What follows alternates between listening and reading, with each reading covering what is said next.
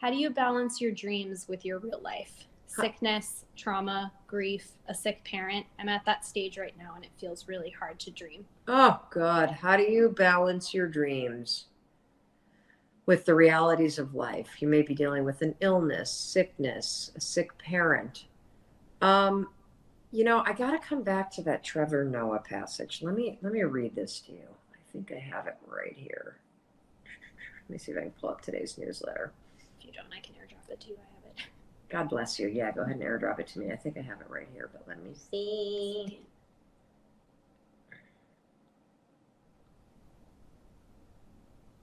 New decade, new letter. Oh, okay. Oh, it just went out. Okay. Here we go.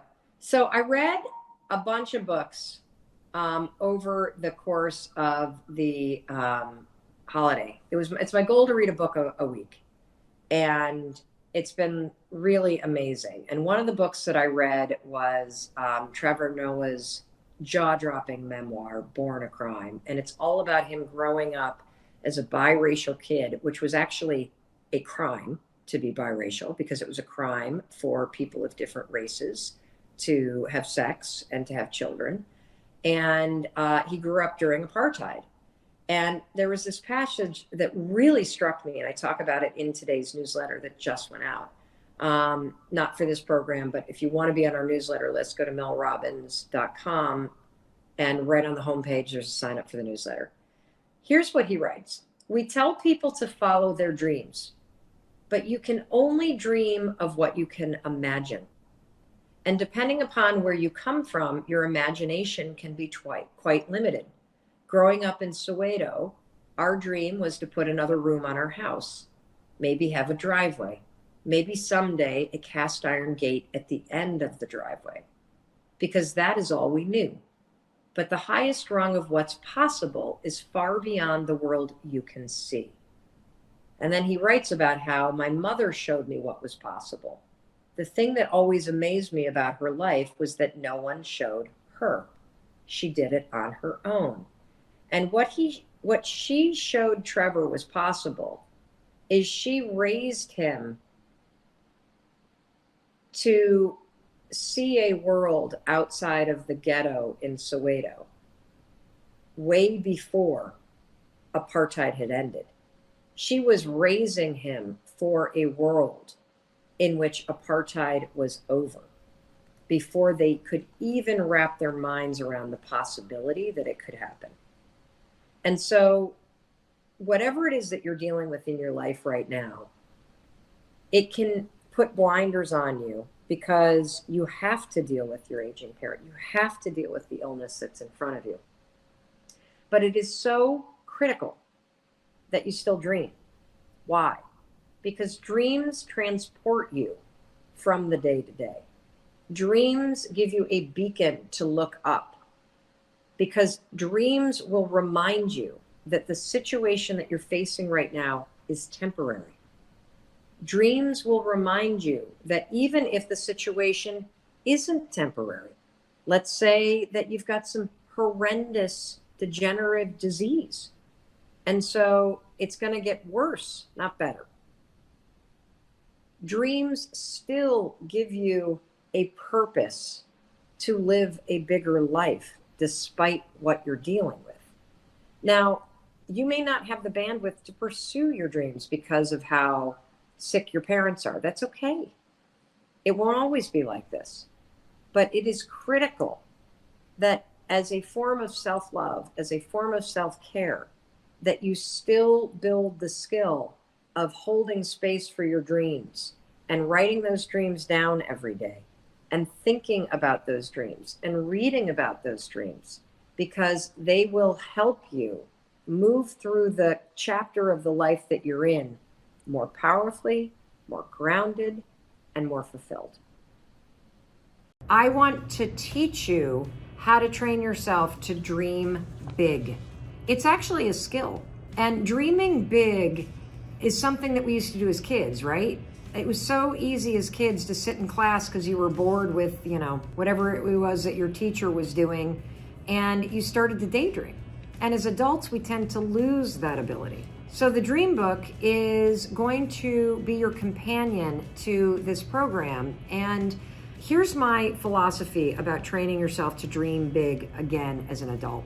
In the Dream Book, one of the things that you're going to be doing as a daily practice is you're going to do something that I do in my book. And that is every time I crack this open, because I keep my notes in here, is I write down the 5 things that I dream about. So I've written down, okay, I'm super embarrassed that I've written this down. So I'm going to tell you what my 5 are. And you can see, you probably can't see how red I'm turning because I have so much makeup on because I was in television today. And in television, they put a lot of makeup on you. In digital, I normally look like shit. But this is why we all need to learn to dream big and to dream authentically, because when you talk about it, you immediately shrink because we're trained not to have these aspirations. So the first thing that I wrote down is I want to be the #1 talk show in the United States. You know what's so fascinating is I used to dream of just actually being where I am. And now that I've achieved that, I have a dream that's even bigger. And what does it mean and why is this dream important to me? And this is part of what you're going to learn in the workbook, but I'll tell you why this dream is important to me. Because if we are #1, it means that the work that we're doing that I care so deeply about, which is helping people heal their minds and heal their relationships and to live a more positive, happy, mentally well life, that we're reaching more people. That's what that means. And that's why I want it. I wrote down #1 New York Times bestseller. I have for years said I don't give a shit about it, but I actually do, I guess. And I think it's because it would be really nice to have the powers that be actually acknowledge the impact that we're making. Do I need it to keep going forward? No. Of course not. And I will keep going forward. I want to make the Time 100 list for mental health and for the work that we're doing. And the reason why is because as much as I like being an entrepreneur that does things in a very innovative way, that kind of public recognition brings with it resources and partners that would allow you to make an even bigger impact. And so when I think about that kind of recognition, it challenges me to dream so much bigger than I'm dreaming right now about the impact that I want to make in mental health. The 4th one, this is not my dream right now, but I wrote this down 3 days ago, and that is to be the happiest I've ever been living in Vermont. The reason why I wrote that down at the time is because my son is going to go to high school in Vermont, and we are grappling with a move. And I had a mental breakdown when we started looking at houses there, thinking I couldn't live here. One of the interesting things about dreaming is your dreams will change. I love the daily practice of writing in your dream book the 5 things you're dreaming about, because you'll notice that there are things that show up consistently for you, and that's a sign that it's important to pay attention to it. It's important to walk toward it. And by writing, I dream that I'd be the happiest I'd ever be in Vermont, I was doing the work of trying to shift my attitude about how I was feeling about a move when I'm not that excited about it right now. The 5th one is I want to build a summer house. I grew up on Lake Michigan. I've spent the last 30 years not on the water. I dream to be successful enough that someday, in the next decade, I will have the money to buy a fantastic piece of property on the ocean, and I will build an awesome house that is a gathering place for our family. And hopefully that will not include grandchildren in the next decade. In the dream book, you're every single day going to write the 5 things down that you're dreaming about. And it's okay that they change, because over the course of this month, I just want to teach you how to give yourself permission to dream. And I think it's also important that you saw how embarrassed I got when I had to read the things that I wrote down to you, because I immediately felt, oh God, are you going to judge me? Oh gosh, am I being a hypocrite? Oh God, what if I don't achieve these things? Who am I to say these? How am I going to do this? All that stuff rushed up for me, and I'm the one teaching you how to do this. And it's important for you to see that, because all those feelings are normal that are going to come up, but they're what's currently stopping you from doing the work to live the next best decade of your life and to pursue the things that you dream about. It starts with training yourself to give yourself permission to dream. What do you do if following your dreams means others have to make sacrifices? I'm the primary breadwinner in my family. I make six figures, and my dream would require me to take a new job that would be a massive pay cut. How do I get over the guilt? So, what do you do when your dream impacts other members of your family? So, this is a woman who is the breadwinner for her family. She makes six figures, and in order to pursue her dream, she will be accepting a job with a pay cut. At the end of the day, your family wants one thing for you. They want you to be happy. And if you were to sit down and work out on paper what it means and what it doesn't mean for you to take a pay cut, you can then sit down with your family and explain that this is something that you're asking for their support in doing, because in giving you their support, which may mean we're not going to go on vacation this year. It may mean that you're going to have to get a babysitting job if you want to do club sports, because you're going to have to help pay for it, which, by the way, is a wonderful thing for your kids to do. By you talking to your family about why it is that you are so drawn and called forth to pursue this dream and asking for their support, you will get a level of buy-in that removes the guilt. We are currently grappling with a big change in our family right now because our son wants to go to high school in Vermont. Now, I work in New York and I have a business in Boston. And this is not a boarding school. It happens to be a school in a town that we've been going to for years and years and years because Chris's family lives up there. But it would mean a major change in where we live. And so our son is doing this with us right now. He's sitting down and saying, this is something that really matters to me. This is a dream of mine. How could we make it work? And it's been a lot of up and down and roller coaster emotional conversations of what it would look like to make a massive change for the next 48 months and the sacrifices that I would need to make and that Chris would need to make and how that would impact our family. And so that is the way that you make a decision. And by the way, we're not decided yet on what we're doing. We're going through the roller coaster, but by God, I am impressed by my son, who's 14 years old, who is advocating for his dream. And when somebody that you love advocates for their dream, the guilt transfers a little bit, because when you love somebody, what do you want for them? You want them to be happy. And you feel guilty not doing what it takes if what it takes is reasonable and doable and manageable. You're the one that feels guilty for not supporting the people in your life. So I think you work it out on paper. You really understand what that sacrifice means. You really understand what you're asking. And then you start holding family meetings and you do a lot of listening and you do a lot of problem solving. And I bet that this is going to be a lot easier decision than you think. All right. How about another one? From Daniel on our community text platform. Mm-hmm. What do you do in cases where your two dreams seem to contradict each other? For instance, I want to write a best-selling book and start my own business, but I feel like unless I give all of my time to one of them, I won't be putting full effort into either.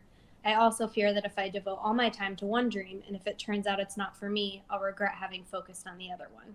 Gotcha. So we've got Daniel on our texting platform, and the texting platform, if you want to join that for free, is 617-284-0725. What do I do if I have two dreams and they seem to contradict one another? Well, interestingly, in week 2 of our program, which begins on Monday, you're going to have the weekend off to catch up, to enjoy the Facebook group, to really reflect on the materials and the things that you've learned in week 1 of Best Decade Ever, where we've talked about dreaming bigger and why it's so important and how hard it is, and your limiting beliefs. Week 2 is about how we pick a dream and we use it as a theme to anchor you this year and call you forward. I personally don't believe that there are dreams that are at odds with each other. I believe that there are dreams that happen on different timelines. And so you're correct that if you were to put all kinds of energy into both things at the same time, it would have a detrimental effect on both of those things. And so what you need to do, in my opinion, is pick the primary dream that you're going to focus the majority of your efforts on this year in terms of moving it down the field. You don't have to achieve it this year. You're just going to pick this as the thing that you're going to move down the field. And then pick a secondary thing that you're working on that continues to allow you to grow. So for example, I can tell you personally that a business that you want to build takes way more time than writing a book. And so if you're really called forward and you have a dream to launch this business in this decade, I would make that the primary thing that you're exploring this year. That said, something like a book can be advanced through a small daily practice. I was sharing earlier in the live stream before it cut out, so I'm going to say it again. I've recently discovered a website that I love. It's free, which you know is one of the criterias that I love. I'm going to write it down because it's odd to say. It's 750words.com. So for those of you that want to write a book, 750words.com, something I've just started using. And I click the link, I go to my private account, and then I just start typing.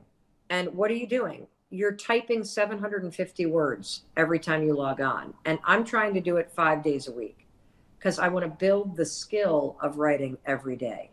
Why?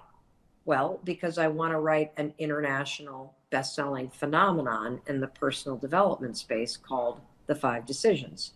Oh, and right behind that is the 5-Second Diet book, because we are already testing the 5-second diet and seeing insane results with people, because the 5-second diet isn't about what you eat. It's about how you think about yourself and food and your self-worth. And those changes are made 5 seconds at a time. But so there are things that there are dreams that require that you should make primary. Pick one. That's launching your business. And then there are dreams that you can inch forward every day, like writing a book and working on developing the skills. So I don't think dreams are ever at odds. I just think dreams occur at different speeds and different timelines. And it's up to you to figure out which one is going to take the primary role in 2020 and which one is going to happen on a longer timeline. There you go. Hey, I'm Mel Robbins, and I wanted to make this video because, boy, has the interest in manifesting just skyrocketed. Do you know that there has been a 700% increase in Google searches for manifestation and manifesting techniques just this year alone? So if you're brand new to manifesting, you are in the right place, because I'm going to unpack the basics for you. I'm going to help you understand this. And more importantly, I'm going to empower you to put this to use in your life to help you get what you want. And if you've been trying to manifest for a while now and it's not working, this is also an exceptionally awesome video for you to watch, because it is probably going to reveal some of the mistakes you've been making. And so let's just jump into it. So here's what we're going to cover in this video. First of all, I'm going to give you a definition for manifesting that's going to clear a lot of stuff up. Next, I'm going to talk about what it is for real based on science and what it can help you do, and what it isn't. How manifesting is very different than dreaming, hoping, wishing, and wanting, okay? Then what we're going to do is we're going to talk about why this is a skill that you need. I'm going to tell you a story about how some of the top performing athletes in the world at the highest level, Olympic levels, are using the science of manifestation to get what they want when it comes to performing at their top level. I'm also going to tell you a deeply personal story about how my husband and I used manifesting over 20 years ago to help us get this incredible dream house, this farmhouse that we always wanted outside of Boston, Massachusetts. And by the time that we are done with this, you're going to feel so excited, so empowered, because you're going to know what manifesting is. You're going to understand why you need it. And you are also going to be equipped to get started using it. All right. So let's start with the definition of manifesting. What the heck is manifesting, Mel Robbins? Well, let me tell you what manifesting isn't, okay? Manifesting is not thinking thoughts and then hoping that they come true. Thoughts become things only when your thoughts inspire you to take the actions to get those things. That's where manifesting comes in. Manifesting is preparing your mind, body, and spirit to help you take the actions to get those things. That's right. I'm going to say that again. Manifesting is like training for getting what you want. Manifesting is socializing your mind, preparing your mind, rehearsing your mind to help you take the steps before you take the steps so that you can get what you want. When you use manifesting properly, what you do is you remove the obstacles of self-doubt, of resistance, of being cautious, of focusing on tiny minutia, of feeling blank and overwhelmed. You remove all that crap and you retrain your mind and you retrain your nervous system and you retrain your spirit to help you get the things that you want in life. And when you manifest properly, what it does is it inspires you to take the actions that lead you to what you want. Now that sounds like a lot of like, okay, Mel, what does that actually mean? What it means is this. Manifesting is going to help you see, feel, and act your way toward the things that you want. That's what it does. It's so freaking cool. Now let me tell you the difference between manifesting according to science and wishing, wanting, hoping, dreaming. Let's focus on sort of wishing. There's a lot of you that are confusing wishing for something with manifesting, okay? They're the opposite ends of the spectrum. And so before I kind of explain the two, let me just give you an example so that we can use the example to compare and to contrast, okay? One big goal and dream that a lot of people have is financial freedom. The ability to take your kids to Disney World, the ability to buy what you want, the ability to put enough money away so that you don't have to worry about money, the ability to buy the things that you need, to go on the trips that you want. Financial freedom is something that you deserve in your life. It's something that you can do the work to achieve in your life. And so let's talk about the goal of financial freedom and the difference between wishing for financial freedom and hoping and dreaming about it versus manifesting and doing the work to go get it. If you can hear my cat outside, you know that he sounds like he's dying. What he's actually doing is he's really pissed off because we have come into this little room and shut the door. And so he's walking around going, "Where are you? Where is everybody?" Let's take a listen for a minute.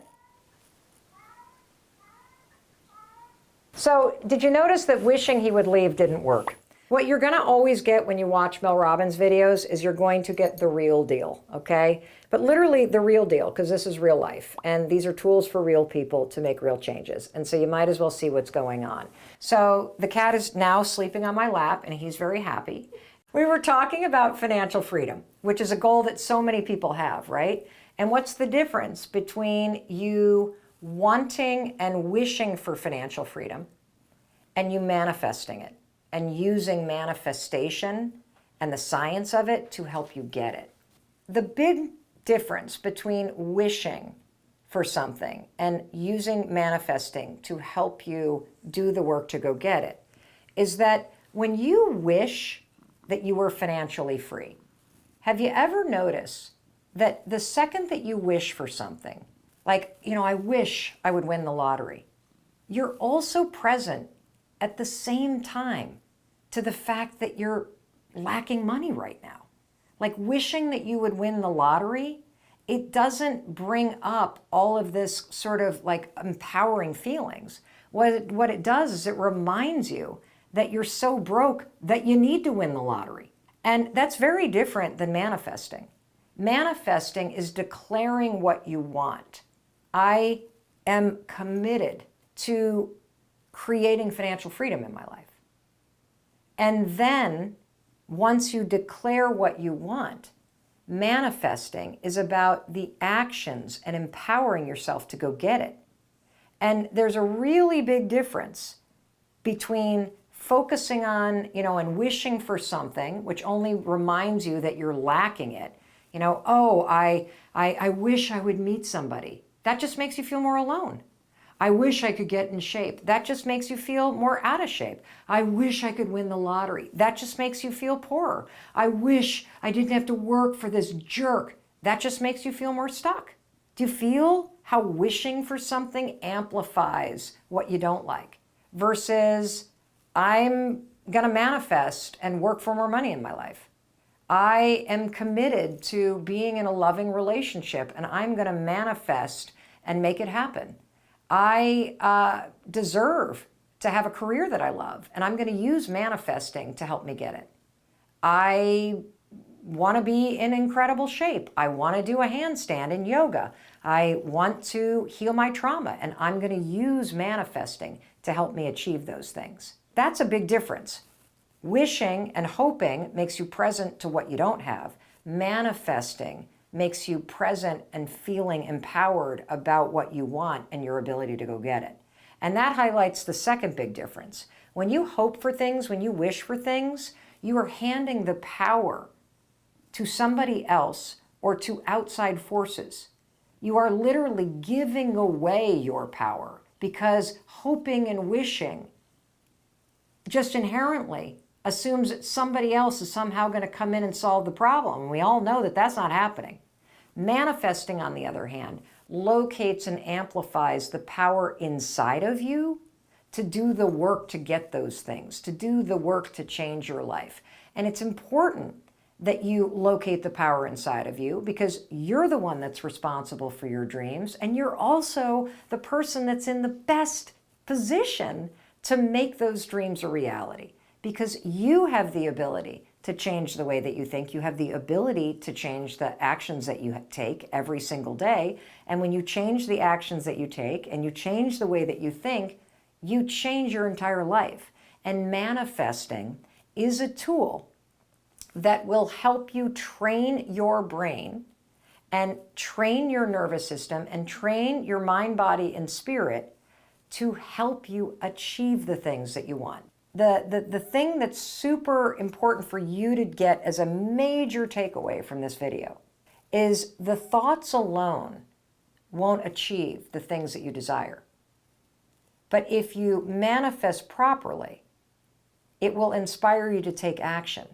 And action is what will create the results that you deserve and that you want in your life. That's as simply as I can put it. I want to explain a little bit about the science. I promised you that I was going to quickly tell you a little bit about how some of the world's most successful athletes are using the science of manifestation in order to win at the Olympics, in order to come back after an injury. The U.S. Olympic team, there was a big article in the New York Times about this. They hire sports psychologists precisely for mental training. And what these sports psychologists are doing, there are 5 of them alone that work with the U.S. snowboarding and ski team. And what they do is they are doing the mental training with athletes before the Olympics to help them prepare to show up at the Olympics and absolutely crush it. And you're going to do the same thing. You are going to use manifestation to mentally prepare before and while you're doing the work to achieve your goals and dreams. Because when you mentally prepare, you remove all of the obstacles like self-doubt and nerves and anxiety and imposter syndrome and fear that are currently stopping you from taking action. And so how do you mentally prepare? Well, let me talk to you about the ski team because they do this super cool process that is basically what you do when you manifest. The sports psychologist would sit down with one of the gold medal winning skiers and snowboarders, particularly after injury. Because if you think about it, somebody that's been injured during competition, even after they've had surgery and they've recovered, they're going to be nervous about competing again. And you may feel the same way about going for what you want. You may have faced a bunch of setbacks. You may have faced a bunch of disappointments. You may have faced a bunch of rejection. And so you're nervous about putting yourself out there. That's okay. Feeling nervous is normal, but you're not going to let it stop you. We're going to use manifestation to train your mind, body, and spirit to be able to do the work. We're going to rehearse what you need to do in your mind and your body and your spirit so that when it comes time to do it, you feel like you've actually already done it, which removes your nerves. It's so cool. So back to the U.S. Ski and snowboarding team, the sports psychologist would sit with the athletes and, let's just say, the crazy snowboarding thing where they go off a jump and they do 50 million like hoops and loops and tricks and whatever. That's like a 10-second jump in the air. And so what the sports psychologist does is they have the snowboarder or the skier describe in detail, not the jump, but point A, point B, point C, point D, point E, point F, all the way to Z. Okay, I'm getting off the chairlift and I've got my snowboard tucked under my right arm and I'm walking up to the place where everybody's getting ready. I hear the crunch, crunch, crunch of the snow and I feel the breeze. Do you notice I've got my eyes closed? I've got my eyes closed because I have made manifesting a habit. I do it every single morning. And when I start to manifest, I do something that I used to do as a trial lawyer, and that is put someone at the scene. Really good trial lawyers are able to put a jury right at a scene, right where it happened, with such detail that you can smell the cup of coffee on the counter. You can hear the cars passing outside. You can see the bright orange sweater that somebody's wearing right in your mind. You have the ability with your imagination to put yourself right at the scene. And that's exactly what these sports psychologists are coaching Olympic athletes to do. As you're standing there and the wind is blowing and your hat is on and they're calling your name, now you're clipping in. Now you're feeling the excitement in your stomach. Now you're feeling yourself push off. And you feel the momentum kick in and the gravity pull down and the speed increasing and you feel the lift off and you literally mentally rehearse visually and in your body feeling it. And what you're doing is you are preparing your body to be able to do it. Here's a cool fact about your brain. Your brain can't distinguish between real experiences that you've lived and the detailed experiences that you have imagined and felt through manifesting. So we are using your vision, we are using your ability to picture yourself there and feel yourself there as a way to prepare yourself to be there. And as you're seeing yourself doing all the work, I want you to feel this sense of pride and excitement in order to really imprint the step-by-step training in your mind, body, and spirit.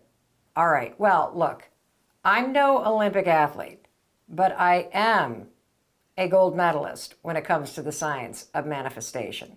I used manifesting as a way to help me keep doing the work to find my dream house outside of Boston. This is the story of how I use manifesting to do the work to find a needle in a haystack, which was an antique farmhouse outside of Boston.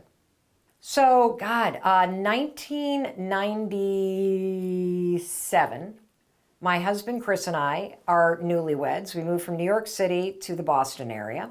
And we have moved from New York to the Boston area because we know that we want to start a family. We know we don't want to be in New York City. We know we want to buy a house and have a yard. And so we rent an apartment in Cambridge, which is, right next door to Boston. And for almost a year, we start looking for a house. Now, we were a really young newlywed couple. We did not have a lot of savings. And Boston, it's a really expensive real estate market. And so we looked at houses every single weekend for an entire year. And we either would go to these open houses and we just hated the neighborhood, or we couldn't afford the house, and we were just feeling so discouraged. And it was about this time that I discovered the science of manifesting. And I luckily didn't just learn thoughts become things. I learned the see it, feel it, and you'll believe it form of manifesting that you're learning right now. And here's what I would do.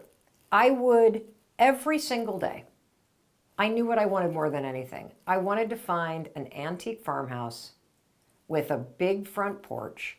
I wanted it to be in our budget. I wanted to have some land. I wanted to get a fixer-upper. I just had this like this old house kind of vision in my mind, right?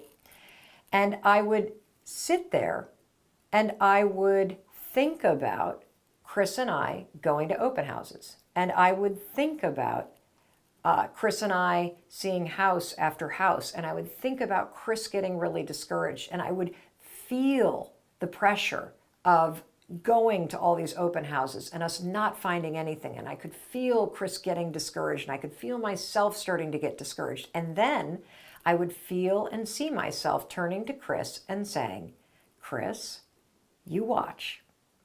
We are really good people, and we have the kind of luck that something magical is going to happen. We are going to find that needle in the haystack. I just know it. If we just keep going to open houses, if we just keep putting it out there that we're looking for an old farmhouse, a fixer-upper with a big porch on a nice piece of property, we will find it. What this kind of manifesting does, where you see yourself pushing through the resignation, you feel yourself believing, you feel yourself doing the work to find that needle in the haystack, to beat the odds, to have something magical happens, is that you start to believe that it's going to happen. Through manifesting, I literally convinced myself that we would, in fact, find a needle in a haystack, that I didn't even need to worry about all the houses that we couldn't afford that we were seeing. I didn't even need to worry about the number of places that we would look at that were out of our range. I didn't even have to worry about how long it was going to take, because I knew, because I was aligning myself with what I wanted through proper manifestation, that it would happen.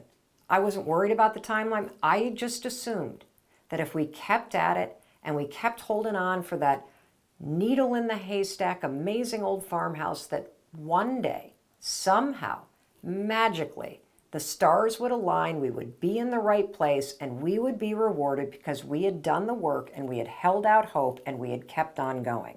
And why do we do those things? Because I had been training myself, preparing myself to do all those things. And I'll tell you what happened.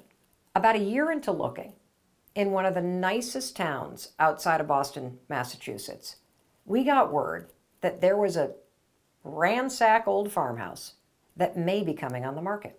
So we drove out that weekend and we pulled up in front of the house. And I got to tell you, the grass at this house in the front yard was like waist high. Nobody had mowed this lawn in I don't know how many years. It looked like a field, for crying out loud, instead of a front lawn. The paint was all chipped. The house was this like ugly blue color. Most of the windows were broken. The only living beings inside the house were the family of raccoons who had taken up residence inside the chimney. The kitchen was so hideous, there was astroturf, indoor-outdoor grass, as the flooring in this house. Now, if I hadn't been manifesting, if I hadn't been training my mind, body, and spirit to see, feel, and believe that my husband and I would find this needle in a haystack, I would have turned to Chris the second we pulled up in front of this thing and said, "Are you kidding me? This dump? First of all, we won't be able to afford it. Secondly, this dump?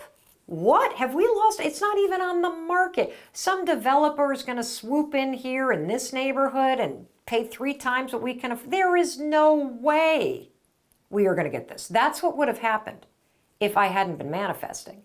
Because the biggest obstacle to what you want is always your own self-doubt, your own excuses, your own fears, and your own stories.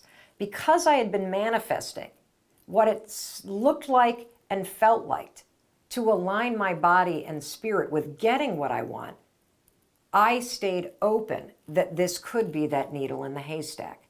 We got out of the car. We met with the owner. It turns out the house wasn't on the market yet. The family was figuring out what to do because the man who had owned it had just died incapacitated in a nursing home. None of the adult kids wanted the house. And what did they want for the house more than anything? This dilapidated old farmhouse that they had all grown up in? They wanted a young couple who was starting a family to raise their family in it. Well, the long and the short of it is that ugly old farmhouse with the broken windows and the raccoons inside and the indoor-outdoor grass turf for carpeting in the kitchen was that needle in the haystack. Chris and I bought it from the family before it ever came on the market. And we spent the first 2 years, honest to God, indoor camping inside of it. We didn't even have a kitchen. We had a Coleman 2-burner camping stove. We did most of the renovations ourselves, which meant bringing the knob and tube wiring up to code, slapping on a paint a coat, and bringing everything up to a point where it would be safe. And we have lived in this farmhouse and raised our family in it for the past 24 years. There is no way that I would have even gotten out of the car without having been manifesting for 8 months prior to finding that farmhouse with the big wrap porch on a great piece of property right outside of Boston. It was seeing it, feeling it in my mind, body, and spirit that made my mind believe that it was possible. And when you believe that something is possible, you will do the work and you will stay open to all of the amazing possibilities that come into your life to make it happen. And here we are almost 25 years later, sitting here filming in that very house. So there you have it. I promised you that this would be a video that would be perfect if you were brand new to manifesting, or if you've been manifesting for a while but it hasn't been working.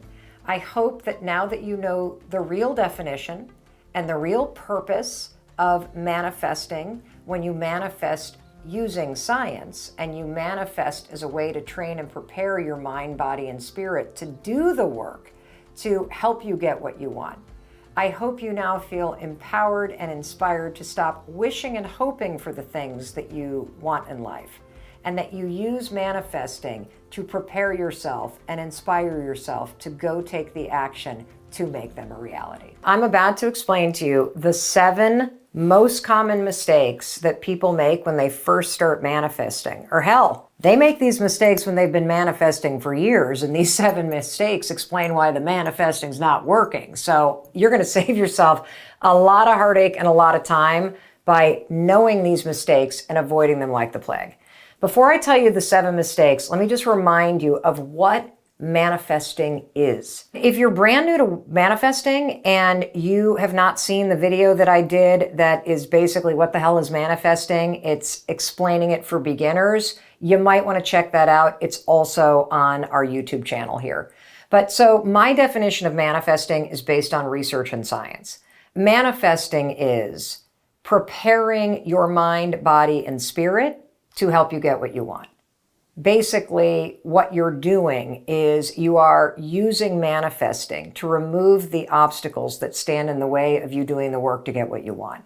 Manifesting done right removes self-doubt, it removes fear, it removes the excuses and the stories that would normally stop you, because when you do manifesting properly, you literally make your mind, body, and spirit believe that it's a foregone conclusion. And that makes you motivated, inspired to take the actions that will get you what you want. So now that you are grounded in the real definition of manifesting, let's flag the 7 major mistakes that people make so you can avoid them. Mistake number 1 when it comes to manifesting is you're not doing it daily. The lack of consistency is what's killing your ability to use manifesting to achieve your goals and dreams. So what do I mean by that? Well, manifesting is a skill. I want you to think of manifesting as a muscle. It's a muscle that you build through consistency. And, if you think about it as a skill or a muscle or a new habit, obviously you got to incorporate it into your day-to-day life. It's just like anything else. A one-off change does not make a lasting change. If you wanted to get healthier, eating one salad is not going to make you healthier. Exercising once, not going to make you healthier. Manifesting once, not going to actually help you get what you want. You must incorporate manifesting into your day-to-day life. The more consistently you do it, the more manifesting becomes a habit, it becomes a way of thinking, it becomes a way of acting, and it becomes a skill that you can rely on to help you get absolutely anything. Now, what's the easiest way to manifest consistently and make it part of your day-to-day life? I'm glad you asked. The best way to do it is make it part of your morning routine. Every single morning, right after I get up, make my bed, throw on my exercise clothes, set an intention, high five the mirror, I do something really interesting. I call it dreaming in the morning. I write down 5 things that I want. And the reason why I write down 5 things that I want is because it is a way to train my mind to focus on the things that I desire and dream about, to aim my mind at the things that I want in my life. Then what I do is I use manifesting properly to see myself taking the actions to get one of the things, to feel myself taking the actions to get one of those things. And notice, I'm closing my eyes. And that's because manifesting is a habit in my life. I close my eyes to really feel myself taking the actions. And when you manifest over and over and over again, your mind, in visualizing and feeling yourself taking those actions, begins to believe that it's happening. And that will make you confident, optimistic. It'll inspire you to take action.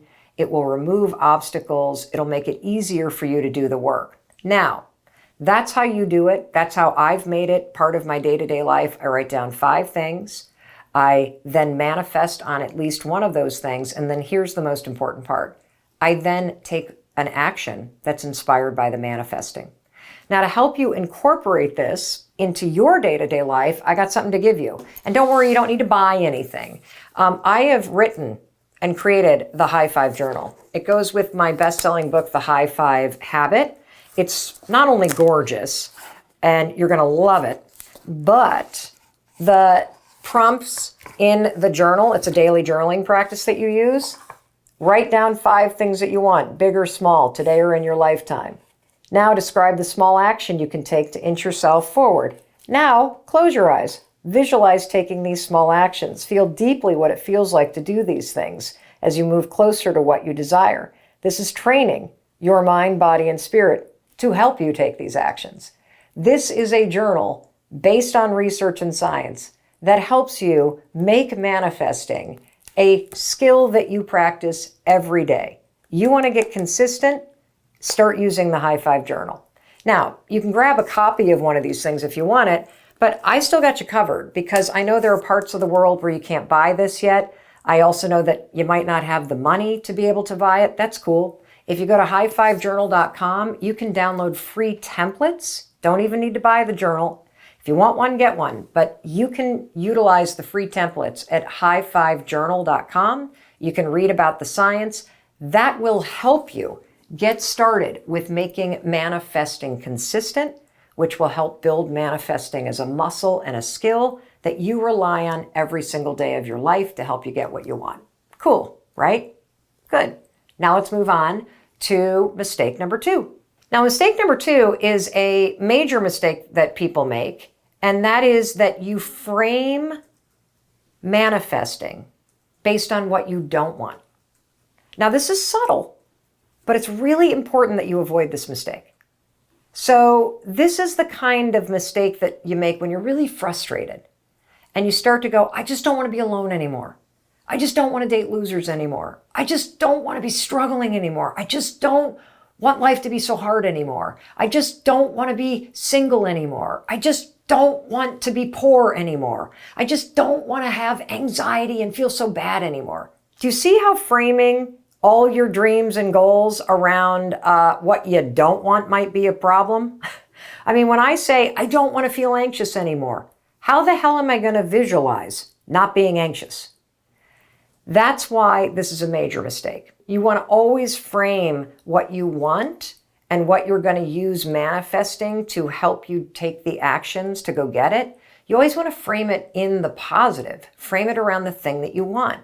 So in the case of anxiety, don't talk about not feeling anxious. Frame what you want. I can't wait to have a calm, quiet, confident state of mind. That feels different, doesn't it? I can't wait to be in a loving, supportive, caring, mutual, positive relationship with an adult, somebody that acts like an adult and treats me the way I deserve to be treated. Feels very different than, I just don't want to date losers anymore. You want to always frame the things that you're trying to manifest and the actions that you need to take as leading you towards something rather than away from something. That way, we stop thinking and aligning energy around the negative crap that's not working, and we align your mind, body, and spirit around what it feels like to have the positive things that you want. That's going to make it easier for you to take the actions that will make them happen. Now, mistake number 3, super easy to make. You get really impatient. You start off strong, right? This is true with all changes. You start off strong, you manifest every morning for 3 or 4 days, and then boom. You don't do it for 5 or 6 weeks. You start throwing your hands, that's it, it's never going to happen. So you're not only not consistent, but you start to get impatient, and because you're impatient, you're not consistent. I need you to understand something. For manifesting to work properly, based on research, there is no timeline involved. Did you hear me? For manifesting to work properly, based on the research, there is no timeline involved. You must give up the when, and you must focus on seeing and feeling yourself taking the steps that make the thing that you want happen. Because manifesting is not magically making something appear. Manifesting is preparing your mind, body, and spirit to do the work to make something happen. It's aligning your thoughts, your actions, and how you feel in your body with the thing that you want. And the reason why manifesting is important is because when you prepare yourself to do the work and to start to see and feel it, you will believe that it's a foregone conclusion. You will believe that at some point it will happen. And you will believe that you can make it happen. And that belief is why you feel inspired and encouraged to take action.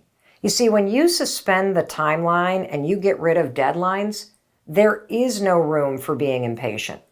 Because you in your heart and your soul and in your mind know that at some point, if you just keep on manifesting and you keep on seeing yourself and feeling yourself doing the steps that you need in order to make this a reality, eventually it'll happen.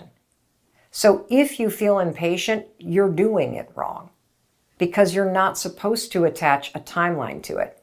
You're supposed to wake up every morning and write down 5 things that you want and let yourself see and feel yourself doing the work, and that will inspire you to take the actions that lead you there. And if you do that every day, trust me, you won't even be thinking about the timeline because you know in your heart and soul, eventually this is going to turn out. Now, mistake number 4, and this is probably the biggest mistake that everybody makes. And if you've been manifesting for a long time and nothing's turning out, this is probably the mistake that you're making. If you're brand new to manifesting, this is the mistake everybody that's new makes unless somebody tells them not to do this. The biggest mistake with manifesting is that you're only looking at the end goal. That's the biggest mistake everybody makes. We've all been sold this bill of goods, not only that if you think good things, somehow it's going to happen. That's only true that you can think good things and have good things happen if you do the work to make those good things happen. The thinking's just the first part. You got to actually take the actions that are inspired by the thinking. And the second thing that people do in terms of being sold a bill of goods is that you kind of have been led to believe that if you create a vision board and you plaster up on the vision board images of beach houses and Lamborghinis and NFTs and millions of dollars in the bank and the world's skinniest body and all the things that you would love to have magically appear in your life, that simply creating the vision is enough. The reason why that's a mistake is because research shows that simply envisioning the end goal without actually imagining all the steps that lead you there and without training your body to feel what it's going to feel like to do the hard work, simply imagining the end goal isn't motivating at all. It's pretty inspiring for about a day.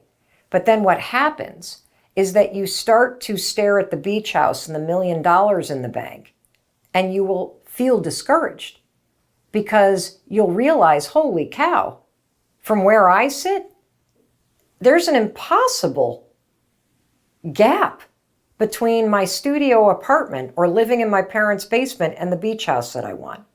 There's an impossible gap between the fact that my divorce basically left me bankrupt and now I'm staring at a vision board with $1 million in the bank.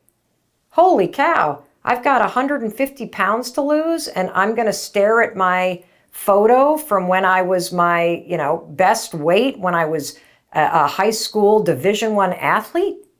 No, staring at the end goal is not only a mistake, it's profoundly discouraging. It's the reason why so many people fail to reach their goals, because they only set their goals and they never do the part that's the most important, and that's where manifesting comes in. Manifesting helps you do the work. Manifesting done properly is preparing you to do all the things between where you are and where you want to get to. So I'll give you an example. Let's say that up on your vision board, okay? Up on your vision board is the fact that you want to launch your own business. Right now, you work for somebody else, you can't stand what you do, you have panic attacks when you wake up because you know that you're headed in the wrong direction, you've always dreamt of opening a bakery, and so you slap up a vision board and you've got this big visual up on your wall that you stare at every morning of this beautiful bakery that you've always dreamt of starting. Here's the problem. You have no money, you have no savings, you've never started a business before. How the hell are you going to get this done? Staring at the vision board gives you panic attacks. Here's how manifesting is going to help. Manifesting is where instead of staring at the photos of the bakery, you see, feel, and eventually start to believe that you can do the work to make it a reality. And so what you're going to manifest is you're going to manifest all the steps from point A, which is starting at 0, all the way to point Z, which is opening the doors. You're going to see yourself. And notice I'm closing my eyes. This is because manifesting is a habit. Manifesting happens here in your mind and in your heart and your body. I want you to see yourself. Instead of going out tonight with your friends, see yourself staying in and watching videos. Videos on YouTube of other people that have opened bakeries. See yourself going to the library and getting a book that tells the story of somebody who did it. See yourself taking webinars and tutorials about how to raise the money to do something like this. See yourself studying Kickstarter campaigns of other people who have launched a bakery and raised money through Kickstarter campaigns. See yourself talking to people who have done this. See yourself talking to friends and family. See yourself taking a class in it. See yourself staying in next weekend and working on this. See yourself getting a part-time job in a bakery and learning behind the scenes because you've always dreamt of doing this, but you've never worked in one.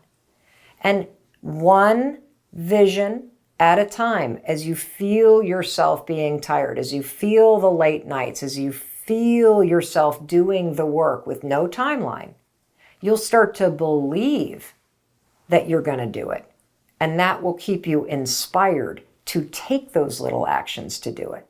And that way, when you come in after a long day and you've spent the day watching a webinar or watching a YouTube video, or you had a conversation with somebody that gave you some advice, when you walk into your room and you see that beautiful vision board, you know what's going to happen?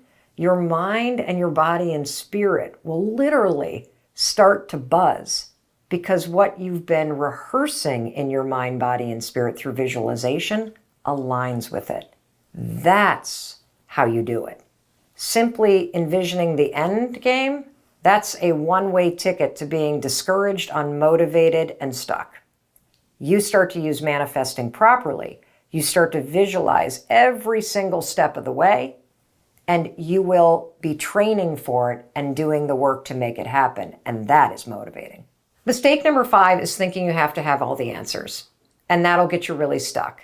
That what you really want to manifest into your life is an incredible relationship, right? But you don't even know where to begin because your dating history looks like a train wreck. Here's the simple solution. Just become a student. Become a student of whatever it is that you want. What does a student do? A student learns, a student studies, a student researches. Researching, studying, and learning about what you want is a simple way to find all of the things that you can start manifesting. Seriously. Anything that a student would be doing, taking a class, researching, talking about a subject, interviewing people about a subject, watching videos about a subject, all of those things that a student does are things that I want you to visualize, see yourself and feel yourself doing. That's a simple hack to figuring out the path between where you are and where you want to go.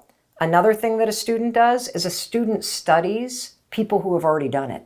And then you reverse engineer the path and you see yourself doing the things that somebody else did to get what you want.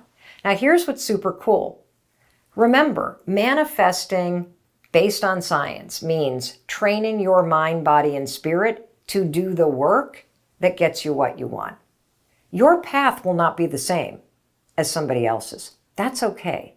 You can still see yourself walking down somebody else's path. You can still feel what it feels like to do that hard work, because manifesting works because it's going to remove the obstacles that you create, your excuses, your self-doubt, all of the stories you tell yourself, your fear, your imposter syndrome. You're rehearsing the steps in your mind because remember, your brain doesn't know the difference between you actually taking the steps or you just visualizing yourself taking the steps. When you visualize yourself taking the steps, you are training your mind, body, and spirit to not resist taking those actions. That's why this is going to work for you. Even though, let's say you love The Rock's career. You're not going to have the same career as The Rock, but you can certainly visualize all the things that he did in order to train yourself to do the work that will get you what you want. Now, mistake number 6 is going to be obvious based on mistake number 4 and number 5. You're not taking any actions. Look, you can't just feel it in your body. You can't just see it in your mind. The whole reason why you're rehearsing this and training your body to do the steps is so you freaking take the steps, okay? At some point, you got to leave your brain and your body and you got to take action in the world. You got to let the manifesting, the training and preparing that you're doing by seeing it and feeling it and teaching you to believe that it's possible, you got to let that shit inspire you to take action. Now, I want to give you a tool. Remember in the beginning, I showed you the High 5 Daily Journal. I also told you you can get free templates at high5journal.com. Now, this thing's gorgeous. I love it. The templates I don't think are color, so that's one thing, but they are free. But if you pick up a copy of this or you use the templates, this journal is prompting you every day to take action. This journal is going to prompt you to write down 5 things that you want. This is going to get you to start giving yourself permission to have what you want in your life. Then this journal is going to prompt you to think like a student. What are some steps that you can take in order to move toward what you want? It's going to get you thinking about things to do so that you are taking action. Then it's going to prompt you to properly manifest doing those things. And then it's going to tell you to do it. And so if you really want a kick in the pants, or if you want to have your hand held, or you want a tool because you are committed to making manifesting a skill that is part of your day-to-day life, this journal, the High Five Journal, is the only journal based in science that will train you and your mind, body, and spirit to make manifesting part of your morning routine and a skill that you master and put to use in your life every single day. And again, you can get those templates at highfivejournal.com, and you can get a copy of this anywhere online. Just Google it. The final mistake is also a really big one. And that mistake is you're not celebrating the small wins. So as you make manifesting a skill, as you get consistent about it, as you start to be a student, as you take inspired action, as you realize that you do feel like this is going to happen, you don't even have a timeline on it because you know it's going to happen. You're not, as you're doing these things, recognizing all the small wins that you have. Every day when you manifest and then you take the action that the manifesting has inspired, that's a win. When you see doors opening up because you've been moving toward what you want, that's a win. When you randomly meet somebody that introduces you to somebody that helps you get one step closer, that's a win. And you need to celebrate that stuff. These are signs. These are not coincidences. These are signs that you're on the right path. A lot of people believe in angel signs, like seeing the number 11 or 22 or the number 9, or for me, the number 5. Angel signs are cool because for me, angel signs are a mile marker that give you a clue that you're moving in the right direction. Your job is to declare what you want. Your job is to use manifesting to train your mind, body, and spirit and remove the obstacles that you would normally put in place. Your job is to take the actions that are inspired by manifesting and start moving toward what you want. You also, though, need to call out those mile markers when you see it. Holy shit! I just got introduced to somebody in the movie business, and it's my dream, and I'm manifesting that I have my script turned into a movie. This is a sign that I'm on the right path. And what you want to do is call those things out, not because the universe or magic or this is somehow just randomly happening. This is you being rewarded for manifesting properly, for believing in yourself, and for taking the inspired action that is going to make your dreams a reality. And these little moments, these signs, these small wins that are happening every day as you make manifesting a consistent skill that you practice in the morning, that you put to use so that you are aligned with what you want, so that your mind, body, and spirit is working with you instead of against you. When you start to also call out the small wins, there I am manifesting. There, this thing happened. This is happening too. There are my angel numbers. Holy cow, this just happened.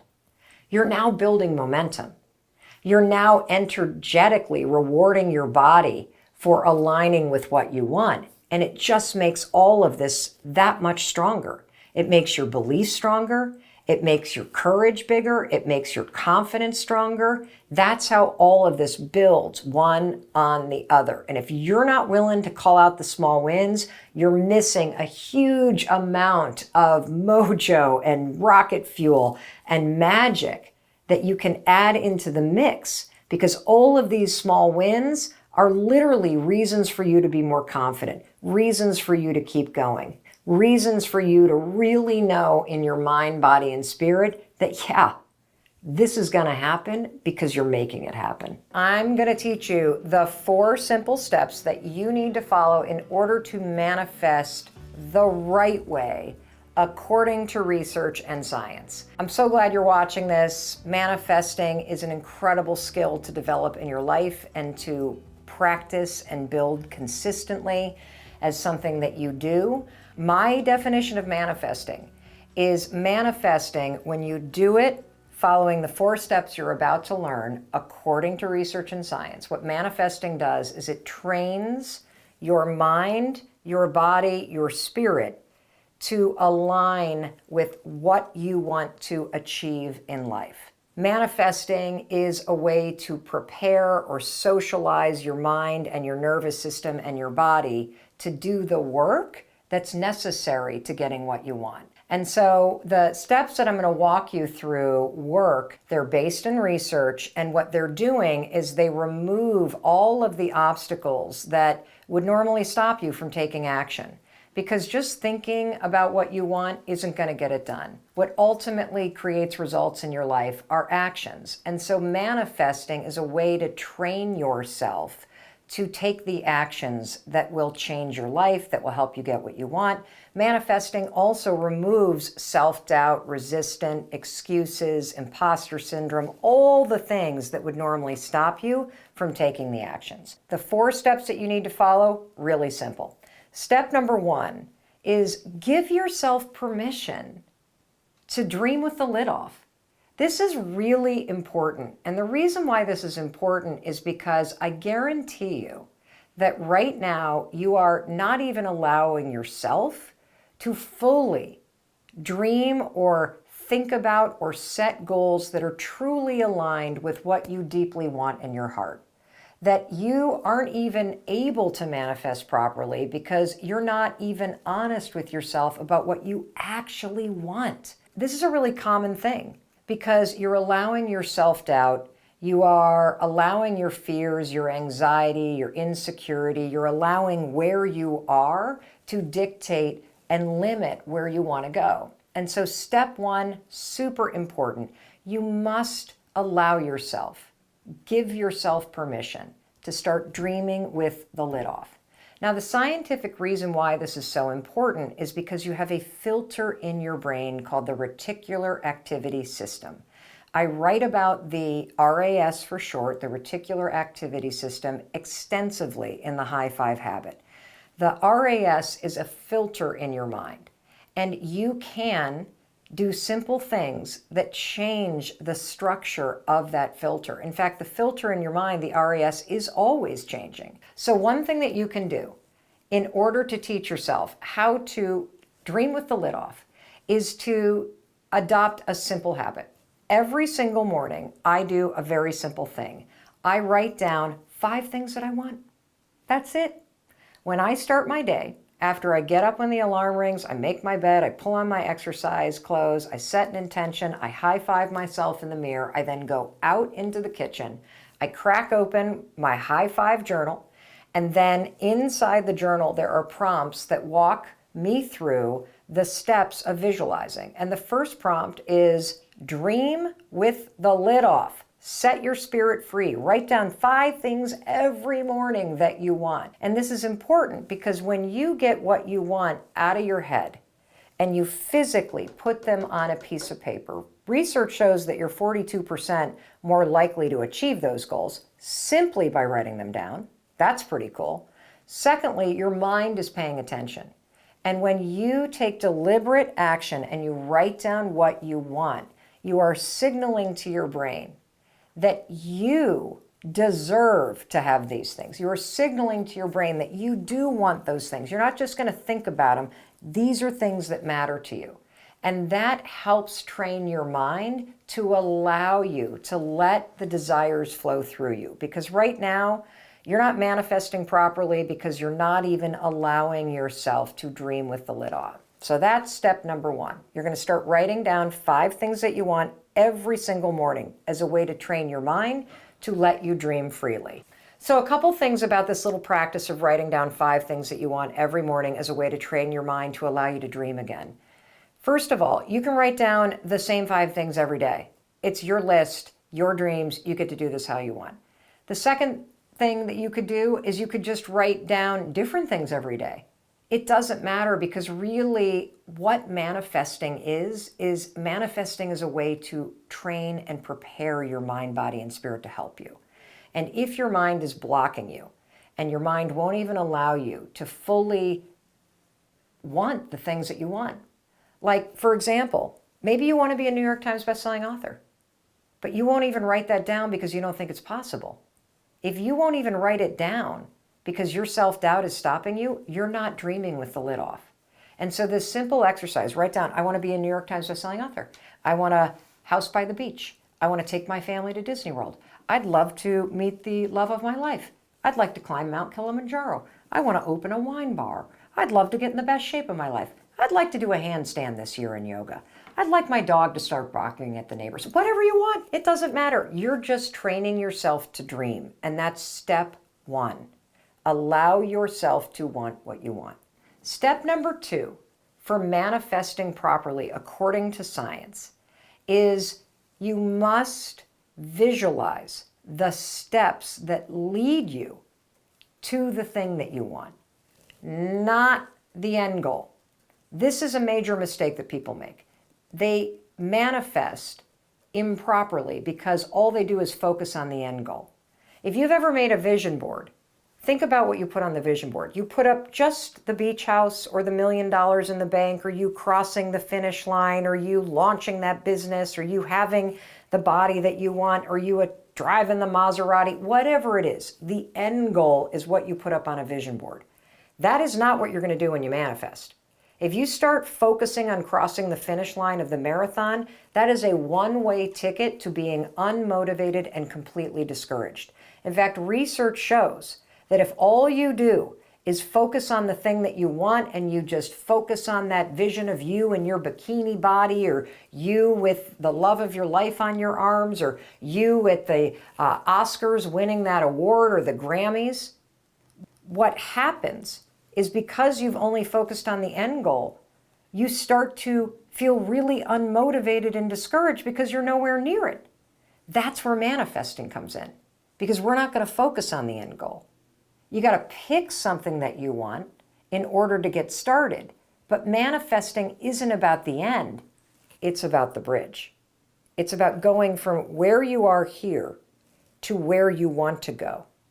Imagine that there is a bridge that connects where you are right here with what you dream about doing. Now, that dream could be to be a Grammy Award-winning singer-songwriter. That dream might be to have a family of your own. That dream might be to have a beach house or a ski house, or to take a trip to Fiji.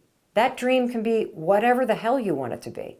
But when it comes to manifesting, once you've given yourself permission to dream with the lid off and really want what you want, to feel the pull of that thing, now we got to talk about the path that connects where you are with where you want to go.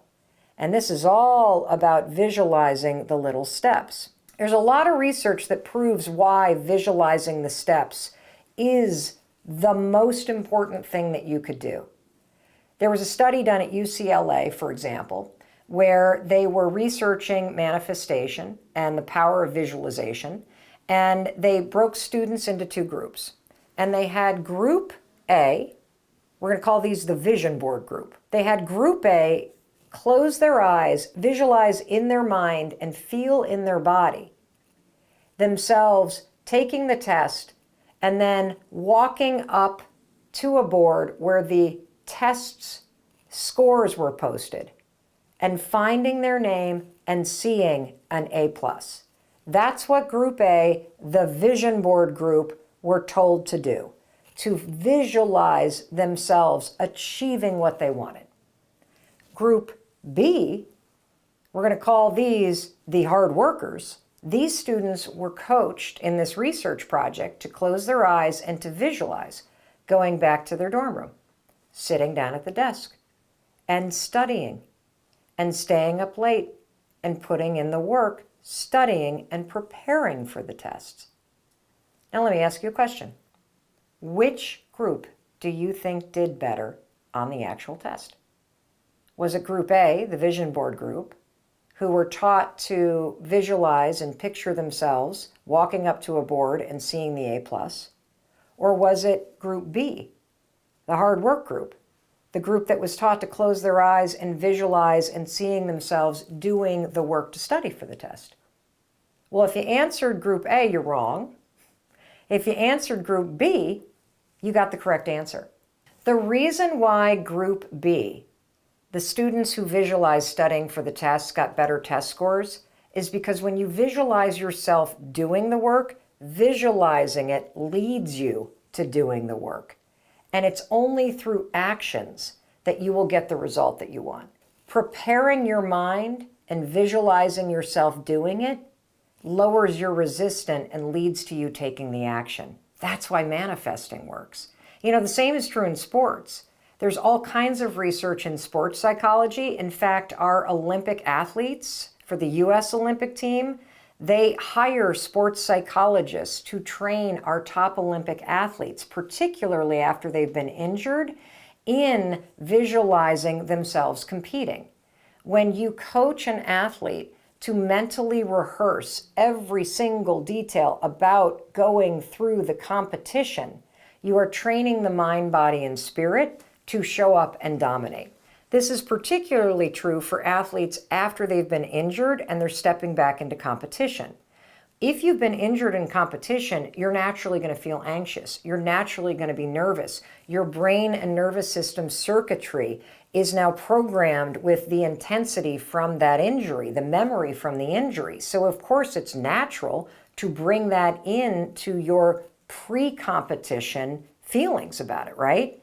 So manifestation properly, remember what it is? Manifesting is preparing your mind, body, and spirit to do the work. It's aligning your mind, body, and spirit with what you want.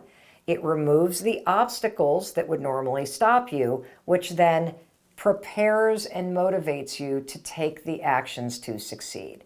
So in the case of athletes who visualize themselves and see themselves doing all the steps over and over, they're removing the nerves. They're removing all the programming related to the injury. They are preparing their mind, body, and spirit to go in and frickin' dominate.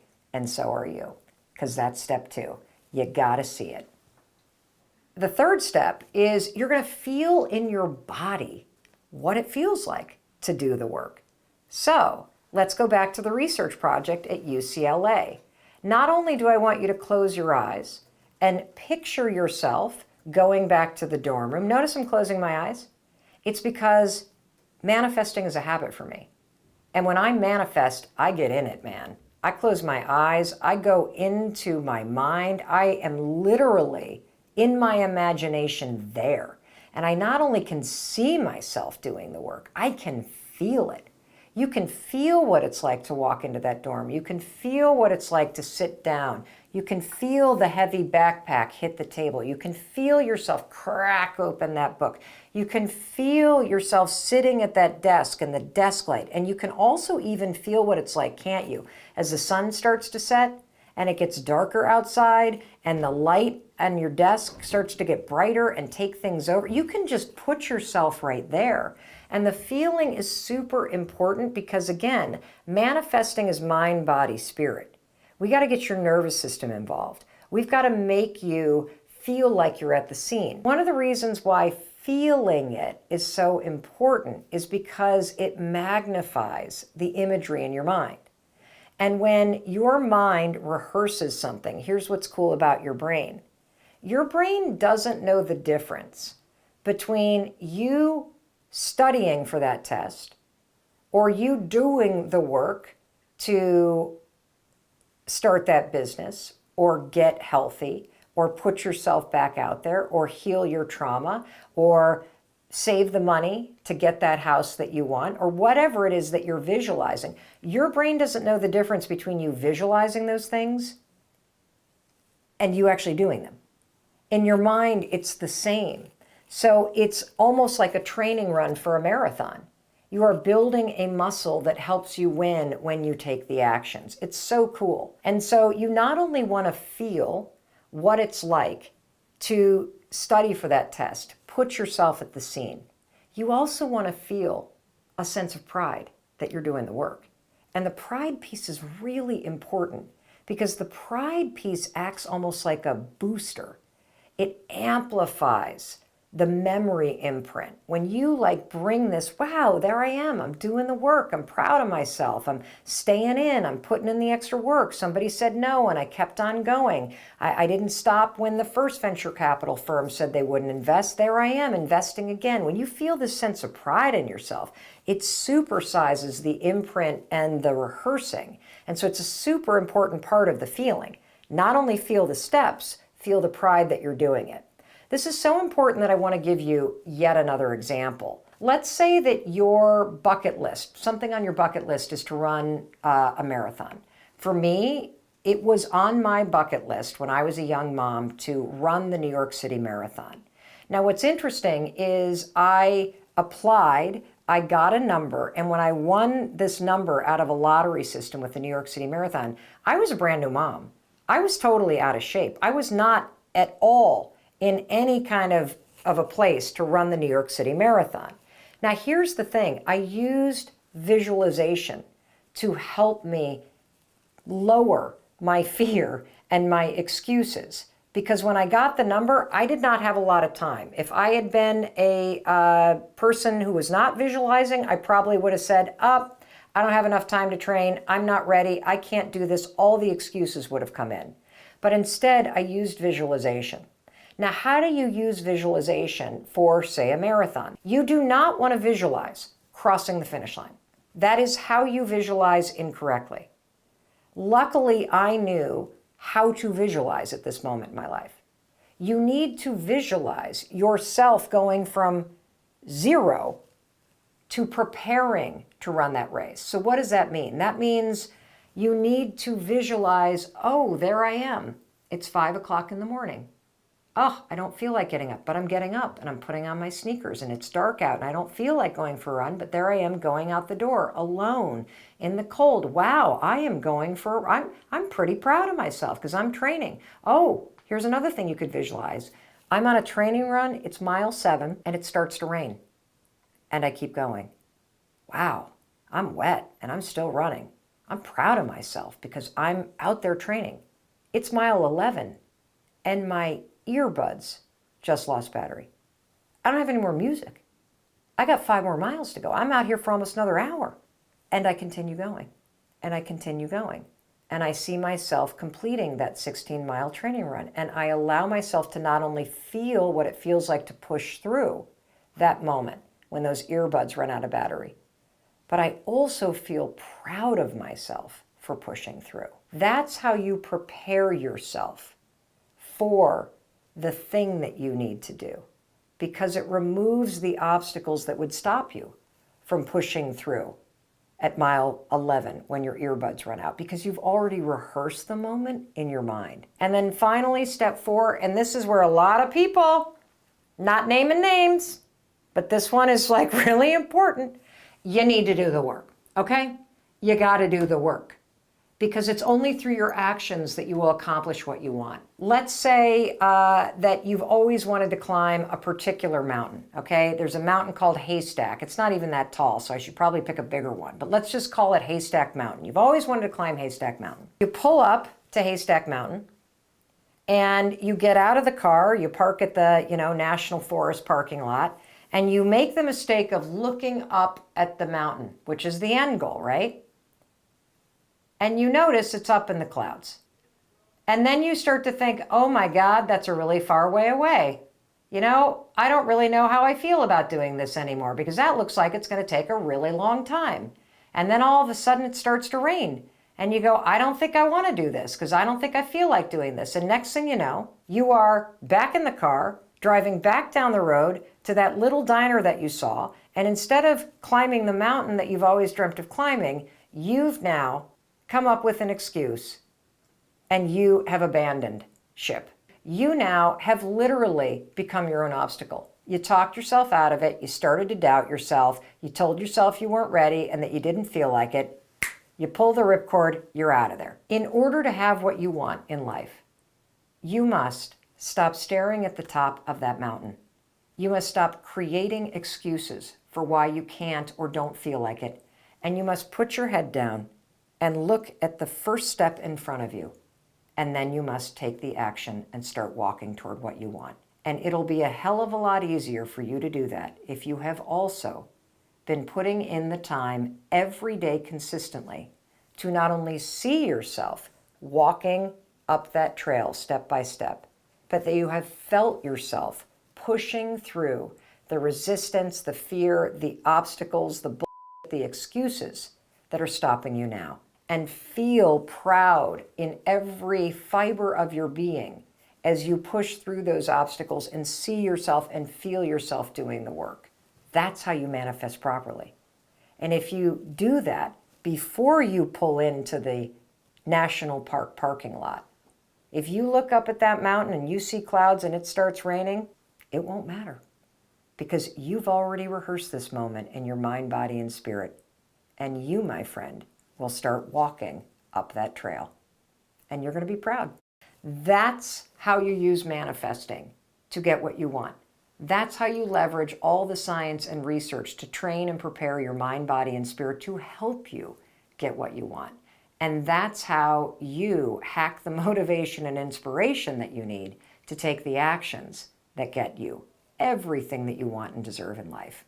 Yeah, the Uber driver in Dallas that's in this book. I get choked up when I think about him.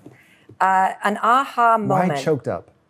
I get choked up because what happens for me every single day is, and you hear from people every single day, you've got millions and millions of people that are inspired by, empowered by, impacted by your content.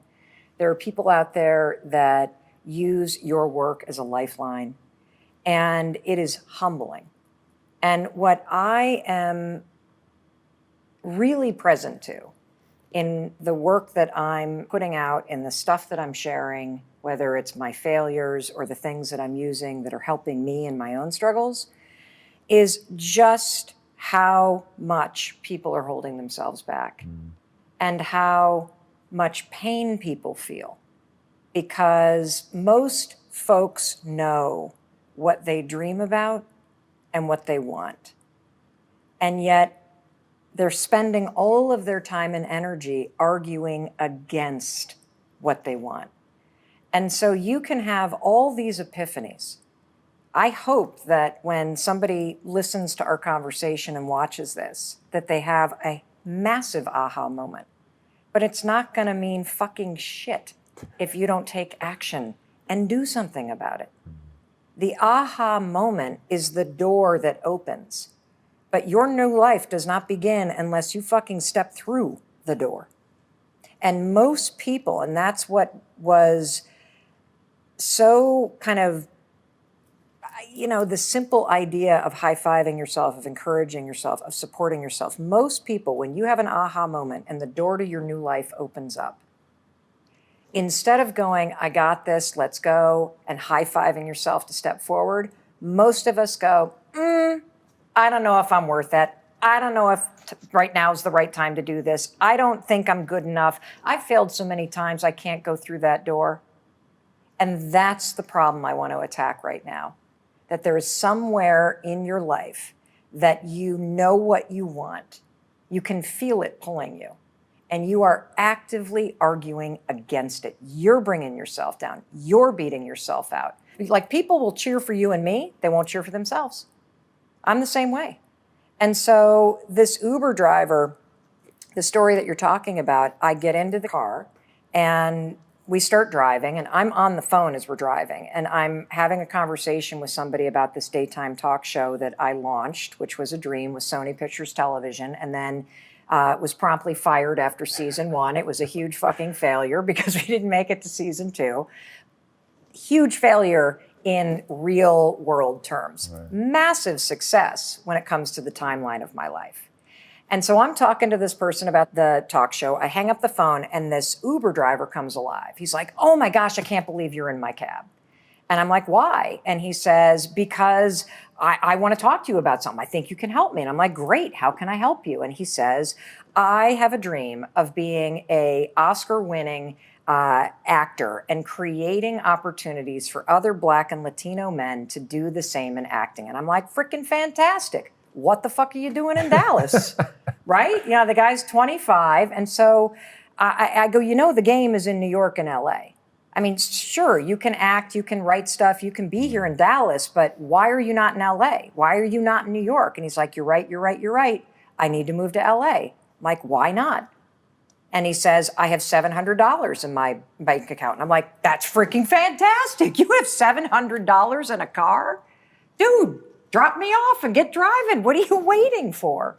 And so we have this whole conversation, and I write about it in this book, where I am actively arguing for his dream, and he is actively arguing against his dream.